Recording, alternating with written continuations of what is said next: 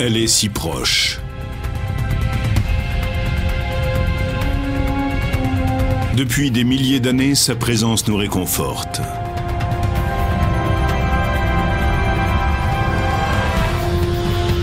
Elle est un repère pour ceux qui voyagent la nuit.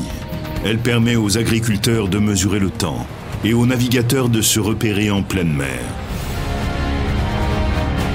Dans certaines cultures, on la prenait même pour un dieu.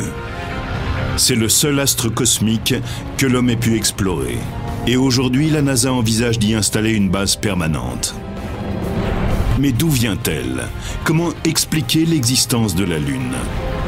La réponse est plus étonnante que tout ce qu'on avait imaginé jusqu'à présent.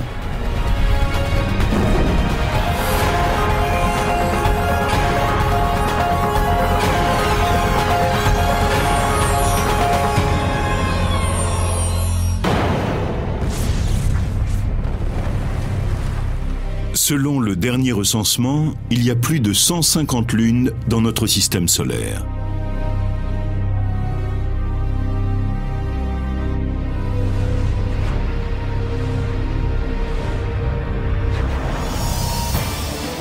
Neptune en compte 13.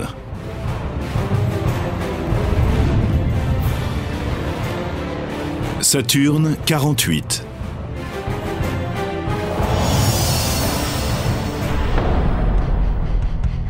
Et Jupiter, 62.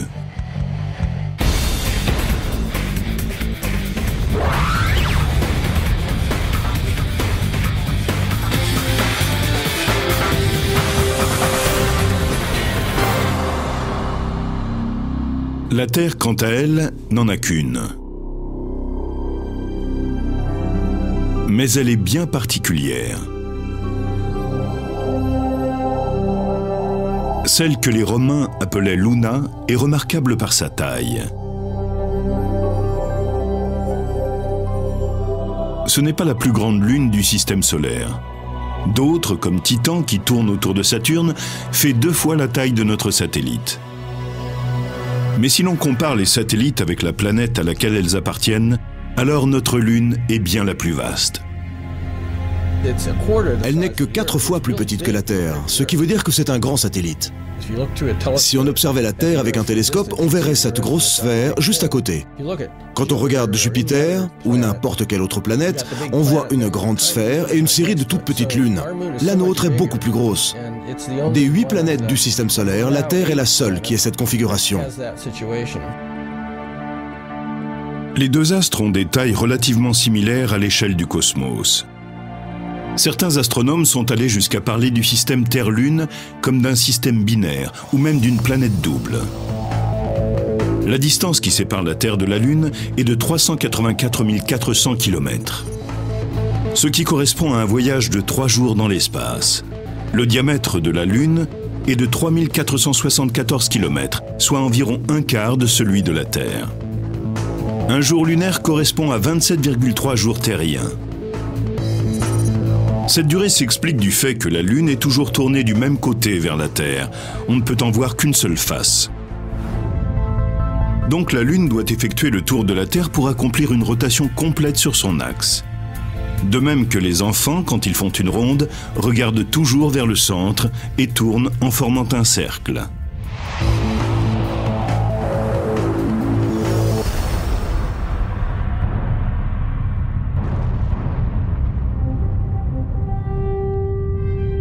Cependant, bien que la Lune et la Terre soient étroitement liées l'une à l'autre, un simple voyage sur notre satellite nous permet de découvrir un monde bien différent du nôtre.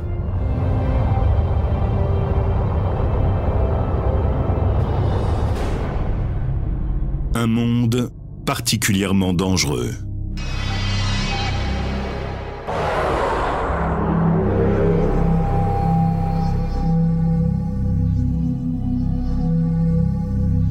Comme il n'y a pas d'air, il faut porter une combinaison.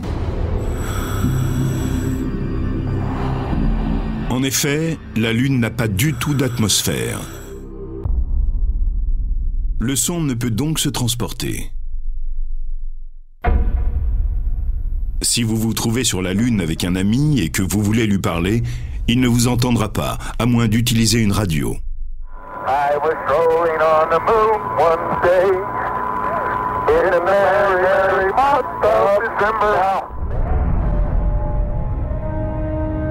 L'absence d'atmosphère signifie également qu'il n'y a pas de molécules d'air pour diviser le spectre de lumière du Soleil. Le ciel est donc toujours noir.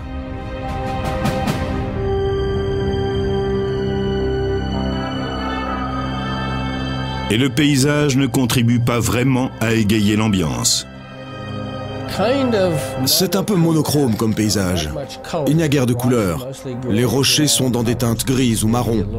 Il y a des tons un peu plus chauds sur la face exposée au soleil et plus froids sur l'autre face, mais dans l'ensemble, c'est plutôt gris. On ne peut pas dire que ce soit coloré. Des températures extrêmes rendent la surface lunaire d'autant plus inhospitalière. Le passage du chaud au froid est particulièrement brutal. Pouvant atteindre 132 degrés au-dessus de zéro à midi, la température chute à 151 degrés en dessous de zéro dès que la nuit tombe. Même la force gravitationnelle de la Lune, pourtant 6 fois inférieure à celle de la Terre, représente un risque. Les astronautes de la mission Apollo devaient y être attentifs lors de leur sortie sur le sol lunaire. Ils savaient que derrière leur visière et autour de leur combinaison spatiale rôdait la mort. Si par un geste malencontreux, ils avaient perdu l'équilibre et qu'ils étaient tombés la tête la première sur un affleurement, ils auraient pu fêler leur visière et être alors exposés au vide lunaire. Un sacré problème.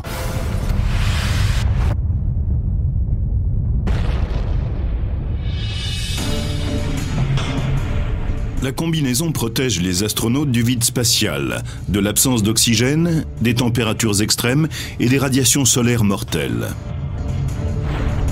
Mais elle ne peut rien contre les micrométéorites qui traversent l'espace à grande vitesse.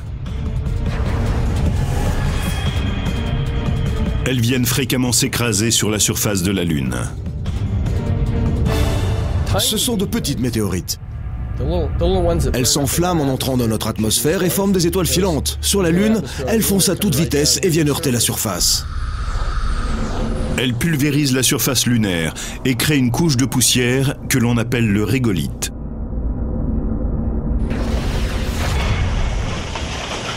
Le docteur Amanda Hendricks étudie la Lune au Jet Propulsion Laboratory de la NASA. Cette usine est une sorte de fabrique de régolithe. C'est de la roche broyée, rien de plus. Avec ce broyeur, le processus est beaucoup plus rapide.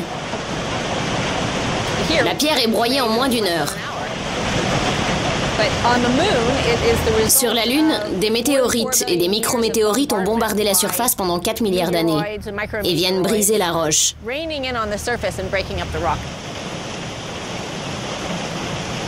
Le régolithe lunaire est semblable à ce qui sort du broyeur. Il est composé de pierres plus ou moins grandes et de fines poussières.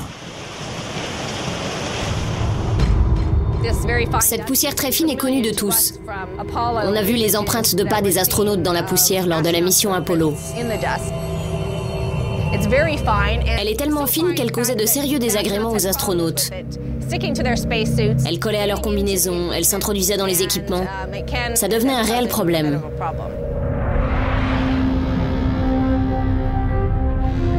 De très grandes météorites ont aussi percuté la Lune par le passé. Ce sont ces impacts qui sont à l'origine des taches circulaires et sombres.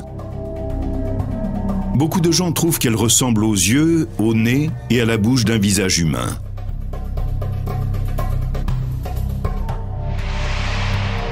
Ce sont elles qui ont longtemps fait penser qu'il y avait quelqu'un sur la Lune.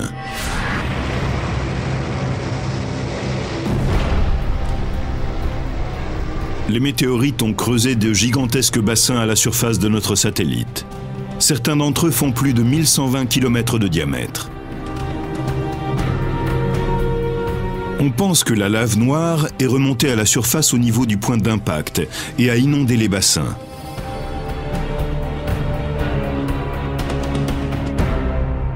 Aujourd'hui, on appelle ces zones sombres des marias. le mot latin pour mer.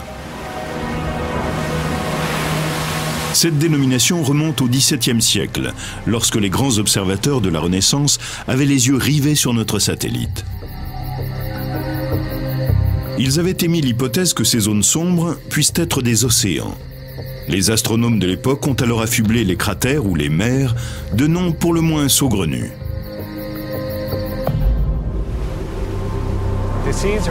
Les mers portent des noms de phénomènes terrestres que l'on attribuait à la Lune. Donc vous avez la mer des tempêtes, la mer des crises, la mer de la tranquillité, et ainsi de suite.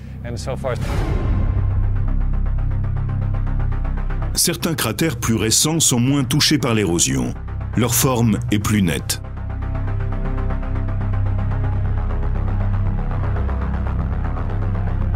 L'un de ces bassins est appelé la mer orientale. Il mesure 965 km de diamètre. L'impact qui est à son origine était si puissant et direct que le bassin ressemble au centre d'une cible. Cette cicatrice de la mer orientale ressemble à l'impact d'une balle dans une vitre. Des cercles et des fêlures rayonnent autour du trou.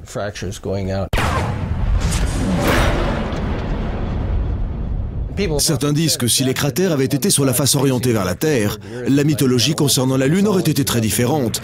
Nous aurions eu un gigantesque œil au-dessus de nous.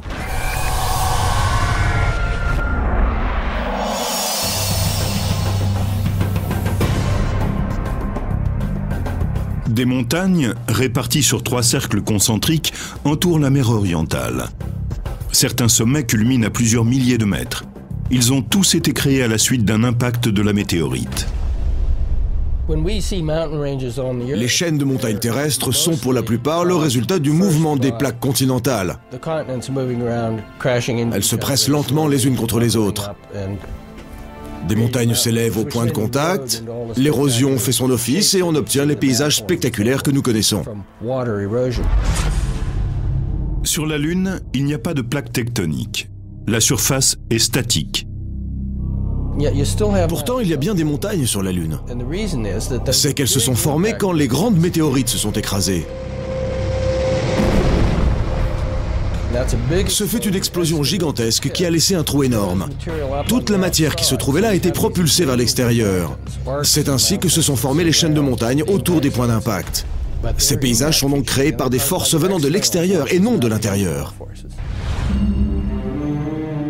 Un autre cratère d'impact bien plus petit que la mer orientale, mais tout aussi spectaculaire, est connu sous le nom de cratère Tycho. Il tient son nom d'un célèbre astronome danois du XVIIe siècle. Le dessin de l'impact se trouve sur le quart sud-ouest de la face visible de la Lune. Il se trouve dans une zone très éclairée, on peut presque le voir à l'œil nu. Quand cette explosion a eu lieu, de la poussière blanche a été projetée, comme pour les autres cratères. On dirait des rayons qui émanent de l'impact. C'est vraiment frappant. Ces rayons de poussière s'étendent sur plus de 1400 km autour du cratère de Tycho. Une montagne de débris s'élève au centre du cratère. Le mouvement de recul de la météorite après l'impact a créé ce relief.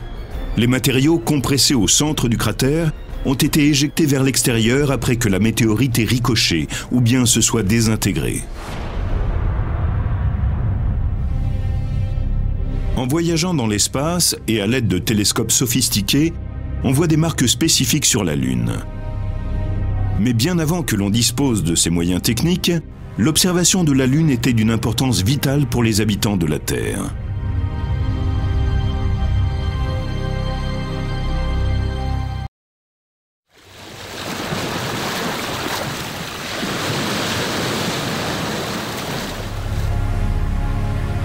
Depuis plus de 1400 ans, on considère la Lune comme une source de lumière, comme un guide pour la navigation, comme un point de référence pour les activités agricoles et avant tout, comme un calendrier naturel. Avant l'invention des systèmes modernes, mesurer le temps n'était pas une tâche aisée. Il n'existait que deux moyens. Il fallait soit s'en remettre au Soleil, soit à la Lune. Pour pouvoir déterminer la date en utilisant un calendrier solaire, comme nous le faisons aujourd'hui, avec 365 jours par an, il faut consigner chacune de ces journées. Ce n'est pas une tâche mince. Comparons maintenant avec un calendrier lunaire. Tout le monde peut dire que la Lune est pleine ou bien nouvelle. Quand vous ne la voyez pas, c'est que c'est la nouvelle Lune. Et si vous l'apercevez, c'est la pleine Lune. Ce n'est pas compliqué. Il y a entre 28 et 29 jours dans un cycle lunaire. C'est plus simple de les compter. Dans la plupart des sociétés, on a d'abord utilisé des calendriers lunaires. Autrefois, les observateurs se sont aperçus que notre voisine avait une influence physique sur la Terre. Elle est à l'origine du phénomène des marées.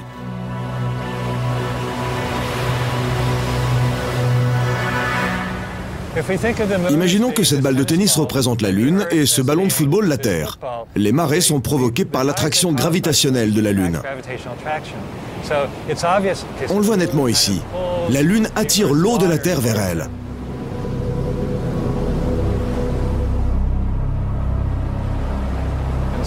C'est ce qui crée le léger renflement dans la direction de la Lune.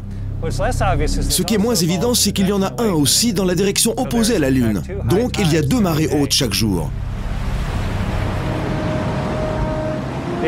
L'autre marée haute est provoquée par la force centrifuge de la Terre. La Terre et la Lune sont toutes les deux en rotation. C'est cette force qui pousse l'eau se trouvant de l'autre côté à aller vers l'extérieur. Pour illustrer la différence entre marée haute et marée basse, il suffit de se rendre dans la baie de Fundy, le long des côtes canadiennes. L'amplitude de la marée est très importante. Le niveau de l'eau peut baisser de presque 17 mètres. Pour certaines espèces, le flux et le reflux de l'océan créent des abris très utiles.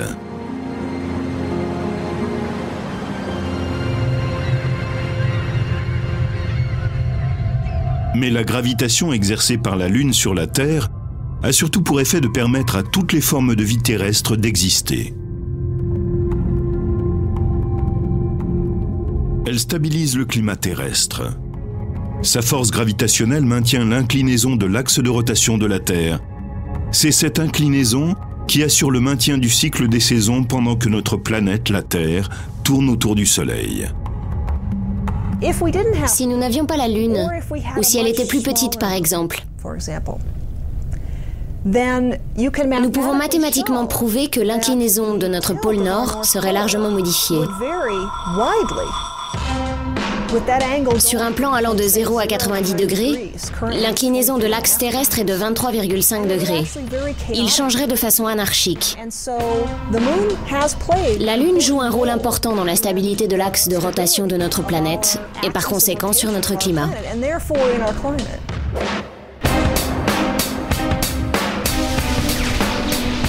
Au fil des millénaires, l'imposante présence de la Lune dans le ciel a poussé les hommes à s'interroger sur son origine.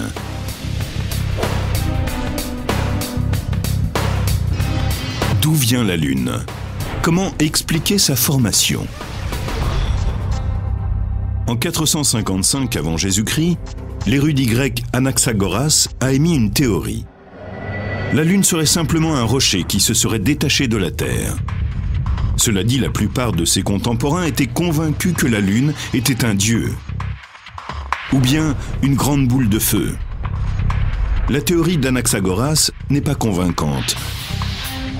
On continue à s'interroger sur l'origine de la Lune, mais jusqu'au XVIIe siècle, on ne disposait d'aucune information intéressante. C'est en 1609 que l'astronome italien Galilée pointe l'un des premiers télescopes sur la Lune et découvre un tout nouveau paysage. Le sol d'un autre monde. Lorsque vous regardez la Lune avec un télescope, elle est très différente de ce que l'on voit à l'œil nu.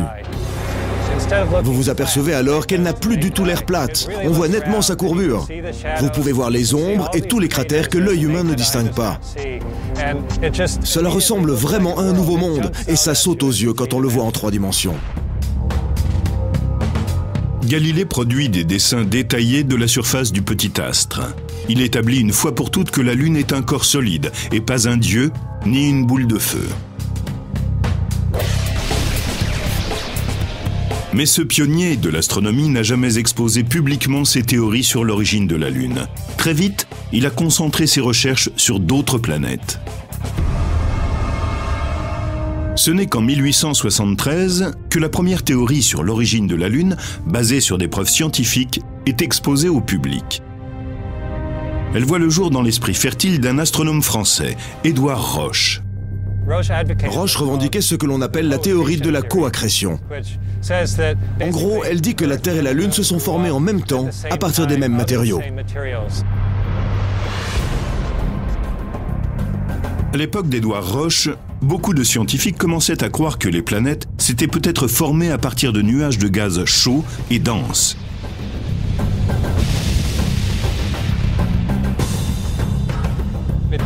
Ces nuages se sont densifiés et ils ont refroidi. En se condensant, des cercles de gaz se seraient formés et dissociés. Donc, il y a plusieurs anneaux de gaz, comme des cercles concentriques. Ensuite, ces anneaux ont probablement continué à se solidifier pour former les planètes. Roche considérait la Terre et la Lune comme un système solaire miniature.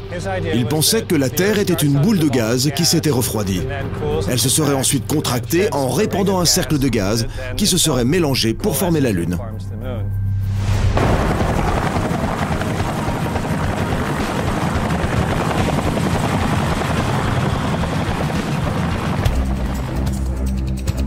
Mais cette théorie pose problème.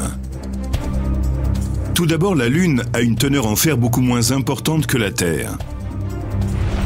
Si ces deux astres sont issus des mêmes matériaux, leur composition devrait être la même. Mais ce n'est pas le cas. Cette contradiction et d'autres incohérences amènent une équipe d'astronomes à chercher de nouvelles idées pour expliquer l'existence de la Lune.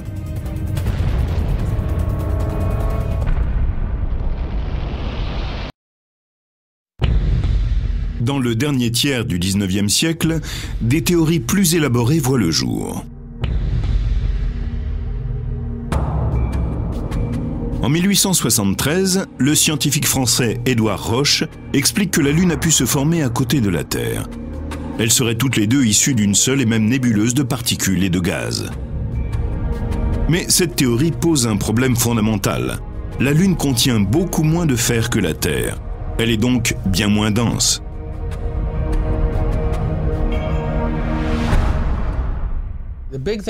Ce dont il faut se souvenir à propos de la Lune et de sa composition, c'est qu'elle ne dispose pas d'un noyau de fer comme la Terre. Dans la Terre, il y a une immense zone, à peu près la moitié du volume intérieur de la planète, qui est composée de fer et de ferro-nickel. Ce métal est venu se regrouper au centre de la Terre lorsque sa température était très élevée, au commencement. La Lune, elle, ressemble plus à un bloc de roche.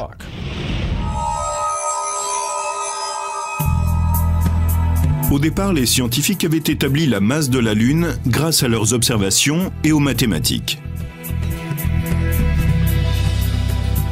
Si la Lune est formée des mêmes matériaux que la Terre, la quantité de fer devrait être la même. C'est le seul point de sa théorie qu'Édouard Roche ne peut expliquer. Mais une autre idée, proche de l'hypothèse de la coaccrétion, est proposée. En 1878, George Darwin expose sa théorie de la fission pour expliquer l'origine de la Lune.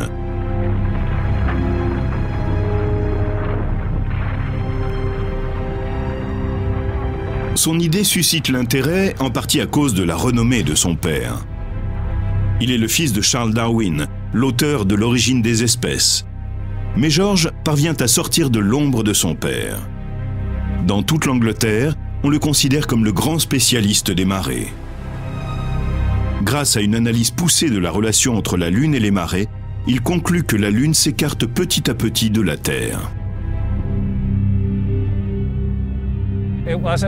On ne l'avait pas prouvé jusqu'à ce que les astronautes se rendent sur la Lune 95 ans plus tard. Ils ont placé de petits miroirs sur le sol lunaire. On a ensuite envoyé un laser qui se reflétait dans le miroir. Dès que le laser revenait, on pouvait calculer la distance exacte entre les deux points. et la distance augmente de 3,8 cm par an. Tous les ans, la Lune s'écarte d'un peu plus de la longueur d'un pouce. Si vous passez le film en vitesse accélérée, vous verrez la Lune qui s'écarte progressivement de la Terre. C'est ce que nous observons aujourd'hui.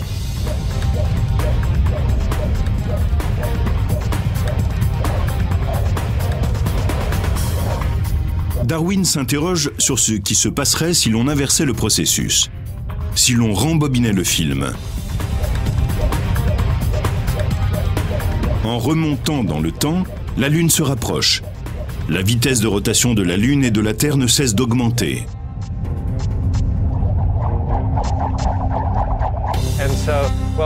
La suite logique serait que la Lune fusionne avec la Terre. Elle devrait la percuter. Darwin en conclut que lorsque la Terre était en fusion et qu'elle tournait rapidement sur elle-même, de la matière s'en est détachée. Elle s'est ensuite transformée pour finalement devenir notre Lune.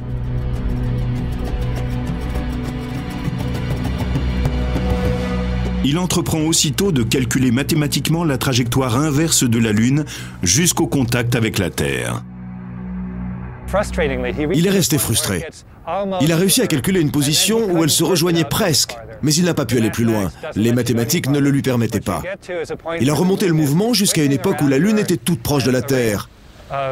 Elle en faisait le tour 5 ou 6 fois par jour. Elle tournait à toute vitesse, et la distance qui les séparait était d'environ 8000 km. Quoi qu'il en soit, les mathématiques n'ont pas permis à Darwin de faire entrer les deux astres en contact. Les scientifiques ont débattu sur l'hypothèse de la fission pendant des années.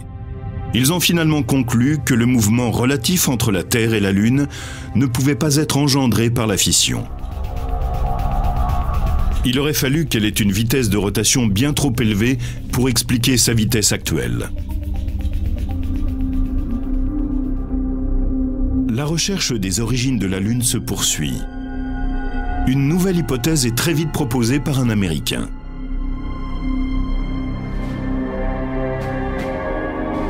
En 1909, Thomas Jefferson Jackson C.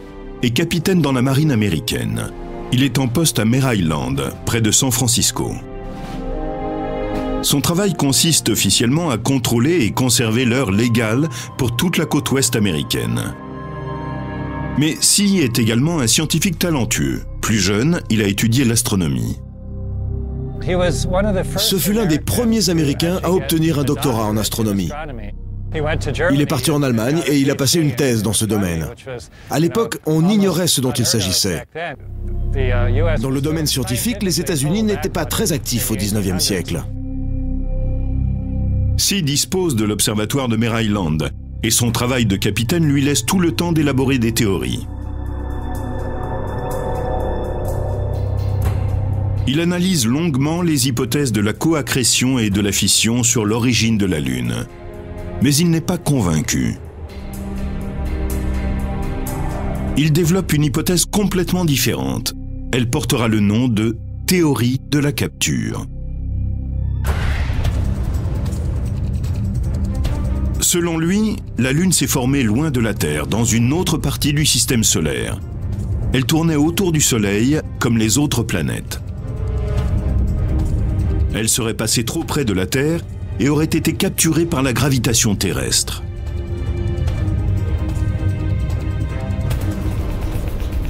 Son idée est qu'il y avait un milieu résistant dans l'espace. Mais aujourd'hui, nous savons qu'il n'y en a pas. C. ne parvient pas à expliquer exactement la nature de ce milieu résistant. Il s'agit probablement de petites particules de matière. Malgré tout, il est convaincu que celui-ci n'existe plus. Sa théorie pour expliquer la capture de la Lune est la suivante. Elle serait venue de l'espace en direction de la Terre. Elle serait entrée dans un milieu résistant, aurait ralenti, et enfin aurait fini par être capturée par l'attraction gravitationnelle de la Terre et aurait commencé par entrer en orbite autour d'elle. C'est un peu comme lorsqu'on fait du saut à l'élastique. On descend et puis on remonte, plus lentement. On redescend et on remonte encore plus lentement.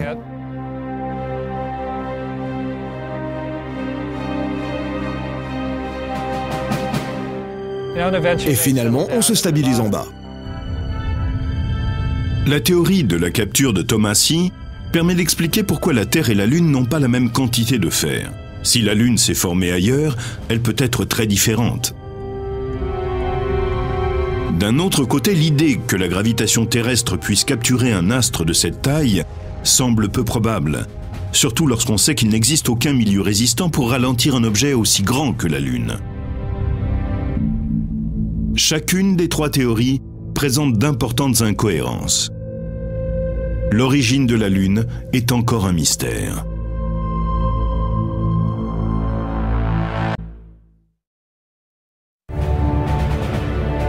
Le 20 juillet 1969, des astronautes américains foulent pour la première fois le sol de la Lune.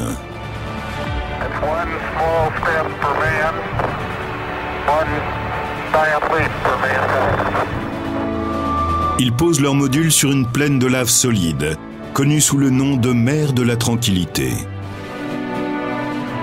Le pilote de la mission, Buzz Aldrin, décrit ce qu'il voit alors comme un magnifique paysage de désolation.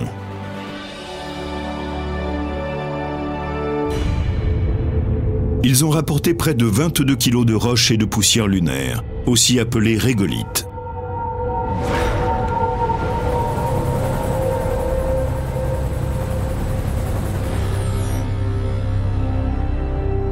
Au centre spatial Johnson, à Houston, les géologues attendent leur arrivée avec impatience.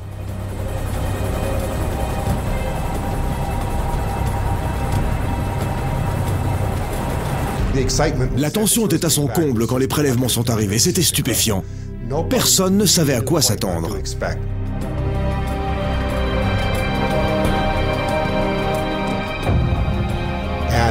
Tout de suite, on s'est rendu compte qu'il s'agissait de roches basaltiques, comme on en trouve à Hawaï. Ça ressemblait vraiment à ce qu'on trouve là-bas. Les géologues de la NASA sont particulièrement intrigués par une autre roche. Elle porte le nom de brèche. Cette roche s'est formée au moment de l'impact d'une météorite.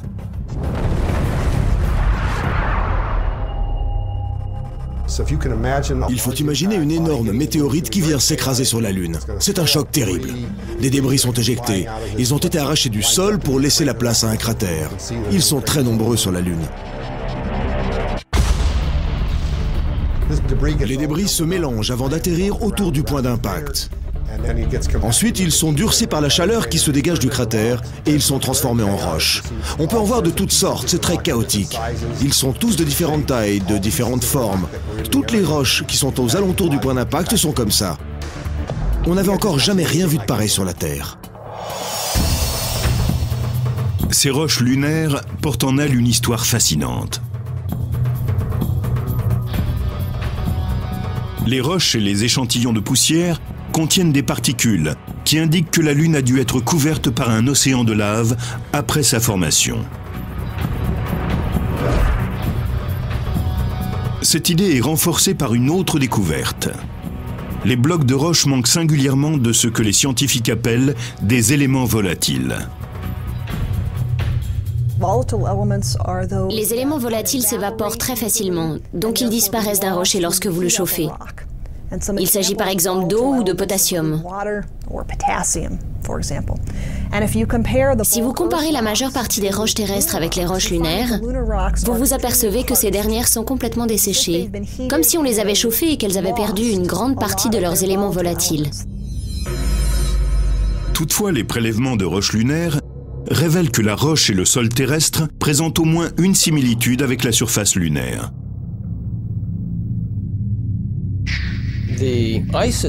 Prenons les isotopes des éléments individuels, comme l'oxygène en particulier. Il existe différentes formes d'oxygène. Eh bien, on retrouve sur la Lune les mêmes abondances isotopiques pour l'oxygène que sur la Terre. Toutes les roches analysées dans des météorites venues d'autres endroits du système solaire n'ont pas les mêmes abondances isotopiques. Ce qui veut dire que les matériaux lunaires et terrestres sont très similaires. Les prélèvements lunaires ont apporté de nombreuses informations concernant la géologie de la Lune. Mais les astronomes n'arrivent toujours pas à percer le mystère des origines de la Lune.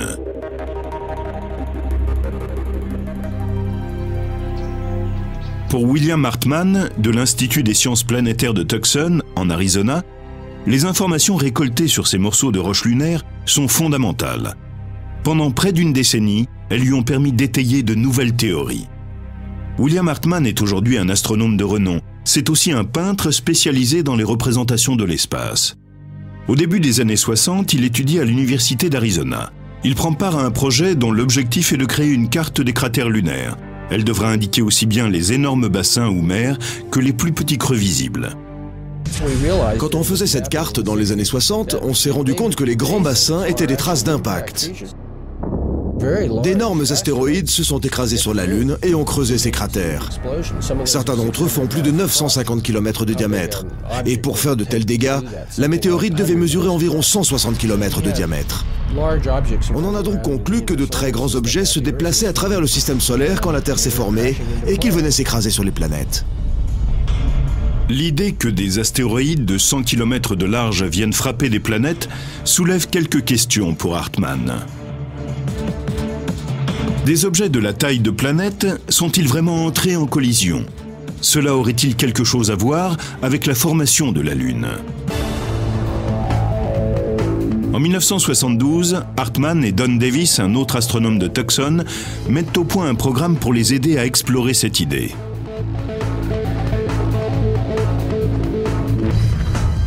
Le programme tente de simuler le processus d'accrétion dans le système solaire de l'époque.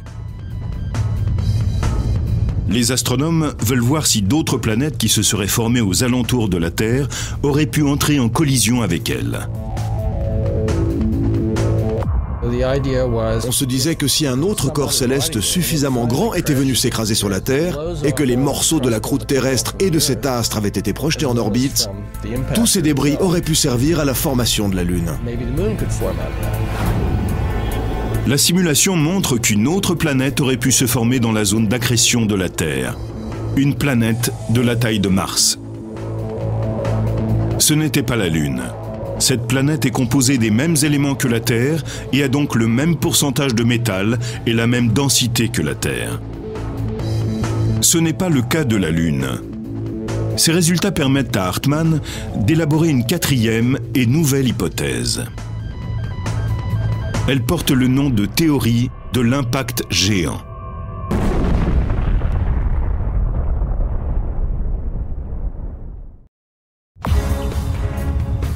En 1974, une nouvelle hypothèse expliquant les origines de la Lune voit le jour au sein de la communauté scientifique. Ceux qui l'ont élaborée l'ont nommée la théorie de l'impact géant. Le principe de cette théorie, c'est que 4,5 milliards d'années plus tôt, la Terre est entrée en collision avec un objet ayant à peu près la taille actuelle de la planète Mars. C'était un choc absolument énorme. C'est ce qui a entraîné la rotation de la Terre. C'est ce qui expliquerait que nos journées durent 24 heures. La collision était tellement brutale qu'une grande quantité de matière a été projetée en orbite autour de la Terre. Et on pense qu'ensuite elle se serait amalgamée pour former la Lune.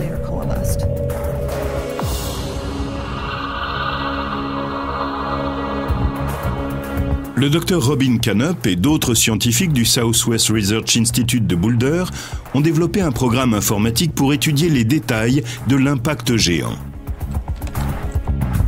Cela permet de diviser la Terre et la protoplanète qui l'a heurtée en différentes particules. L'évolution de chacune de celles-ci est ensuite observée tout au long de l'impact. Le simulateur donne une vue aérienne de l'impact sur un plan vertical.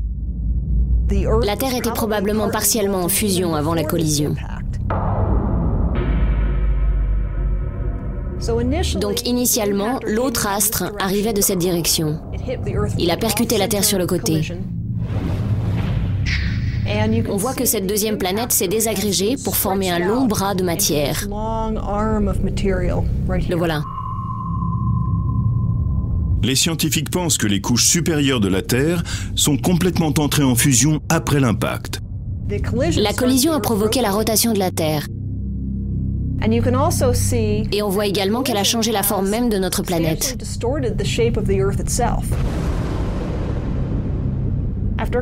Au bout de quelques heures, ce bras de matière s'est à nouveau amalgamé sous l'effet de la force gravitationnelle et il a formé deux grandes masses. La masse centrale est principalement composée de matériaux issus du centre de la deuxième planète. Donc, quand cette masse fusionne avec la Terre, comme on peut le voir ici, la grande majorité du métal qui se trouvait dans cette planète est emmagasiné par la Terre.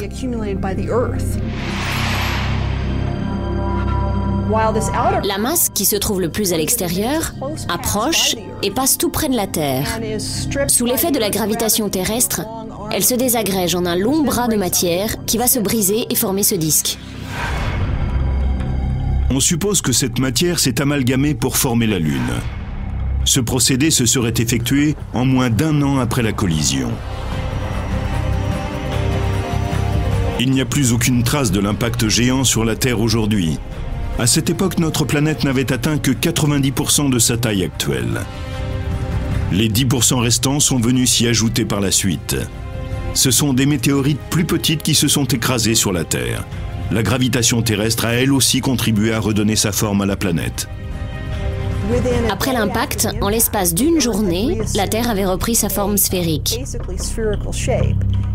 Et tous les reliefs dus au choc se sont estompés. L'homme à l'origine de la théorie de l'impact géant a exposé son idée lors d'une conférence scientifique en 1974. Mais pendant près de 10 ans, personne ne s'y est intéressé. L'intérêt pour la Lune a brusquement chuté après la mission Apollo.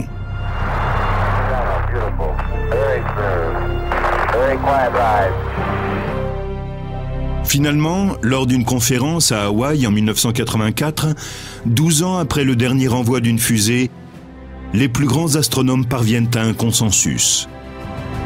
La théorie de l'impact géant est à ce jour l'explication la plus acceptable sur l'origine de la Lune. Il y a toujours des personnes qui disent que ça n'a pas été prouvé. C'est ce que moi j'appelle la théorie du défaut. Si vous lisez un manuel d'astronomie ou de géologie, vous y trouvez uniquement les théories qui ont été acceptées. Il y a toujours de petites divergences qu'il faut essayer d'expliquer, mais en général, ça fonctionne.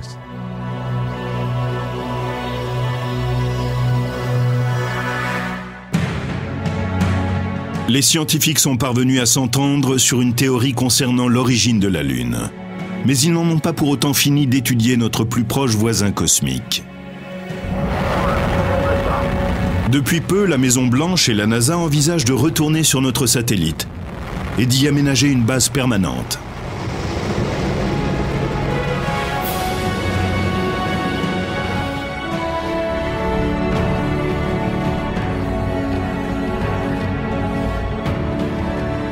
Cela permettrait d'entraîner des astronautes à vivre dans l'espace pendant de longues périodes.